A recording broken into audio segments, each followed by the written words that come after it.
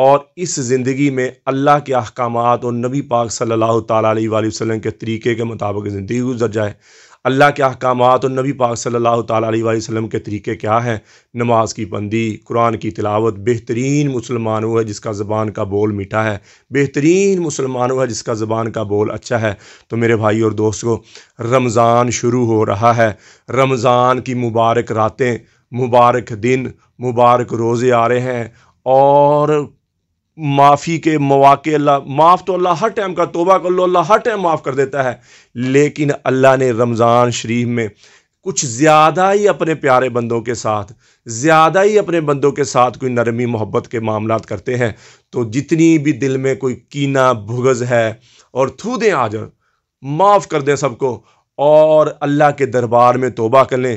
زندگی کا کوئی پتہ نہیں ہے کس ٹائم زندگی کی شام ہو جائے، کس ٹائم ہمارا دنیا، یہ رمضان آخری رمضان ہو، یہ گھڑی آخری گھڑی ہو، یہ دن آخری دن ہو، پتہ نہیں کون سا گھنٹہ آخری دن ہو، اور پھر ایسے اس دنیا سے جائیں گے، کوئی یاد کرنے والا بھی نہیں رہے گا، کوئی پہچاننے والا بھی نہیں رہے گا۔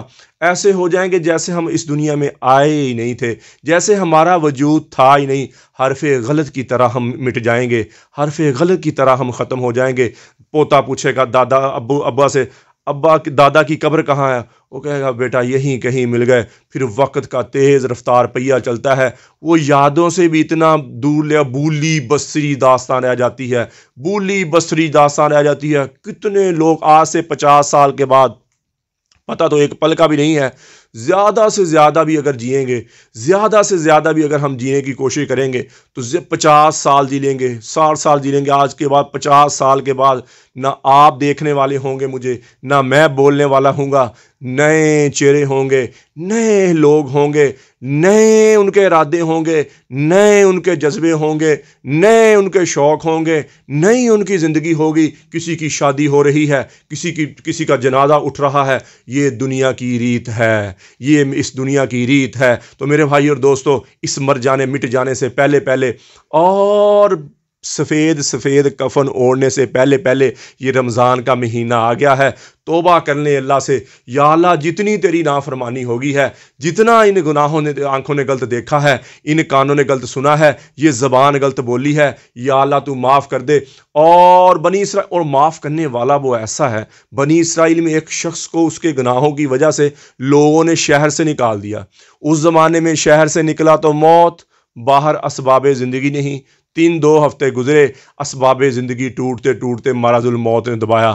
اس نے مایوسی سے ادھر دیکھا، کوئی آ جائے، کوئی بچا لے۔ جب دیکھا کہ کوئی بچنے کی امید نہیں ہے تو آسمان کی طرف دیکھ کے کہنے لگا، یا اللہ اگر تو مجھے معاف کرے، تیرے خزانوں میں کمی نہ آئے، اگر تو مجھے عذاب دے، تیرے خزانوں میں زیادتی نہ ہو، یا اللہ سب نے ذلیل سمجھ کے مجھے ٹھکرا دیا، بندہ تو میں تیرا ہی ہوں، بس مجھے معاف کر۔ چیخنے کے لیے جان نکل گئی۔ ادھر موسیٰ علیہ السلام پہ وحی آ گیا، موسیٰ میرا دوست اس جنگل میں مرا پڑا، جاؤ اس کا جنازہ پڑھو اور شہر کے نافرمانوں میں اعلان کر دو کہ جو بھی اس کا جنازہ پڑے گا میں معاف کر دوں گا۔ لوگ بھاگے، جا کے دیکھا تو وہی شرابی، زانی، چور، ڈکیٹ۔